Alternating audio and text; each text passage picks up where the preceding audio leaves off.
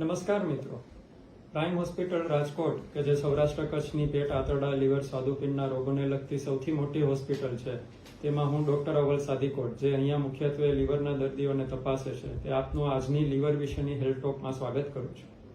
આજે world liver day નિમિત્તે આપણે લીવર વિશે થોડી ચર્ચા કરવાની છે. આજકાલ અમે જોઈએ તો લીવરની મુખ્યત્વે બીમારીઓ જે જોવા મળે છે એમાં 3 કારણો સૌથી સામાન્ય હોય છે. લીવર ખરાબ થવાના કારણોમાં સૌથી પહેલું કારણ હોય છે લીવરની અંદર રહેલી વધારે પડતી ચરબી. આપમાંથી ઘણા લોકોએ ક્યારેક સોનોગ્રાફી કરાવી હશે અને સોનોગ્રાફીમાં તમે વાંચ્યું હોય તો ફેટી લીવર એવું લખાણ આવેલું હશે.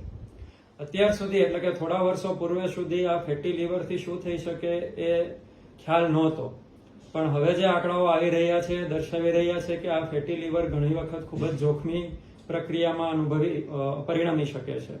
ફેટી લીવરને કારણે આગળ જતા લીવર સિરોસિસ નામનો રોગ થઈ શકે છે કે જેમાં નોર્મલ લીવર કે જે આવી રીતે ખૂબ જ હેલ્ધી લાલ અને એકદમ પોચું હોય છે એમાં વારે વારે અંદર રહેલી ચરબી એટલે કે ફેટ ઈજા પહોંચાડી અને એને આવું કઠણ અને કામ ના કરી શકે એવું બનાવી દે છે.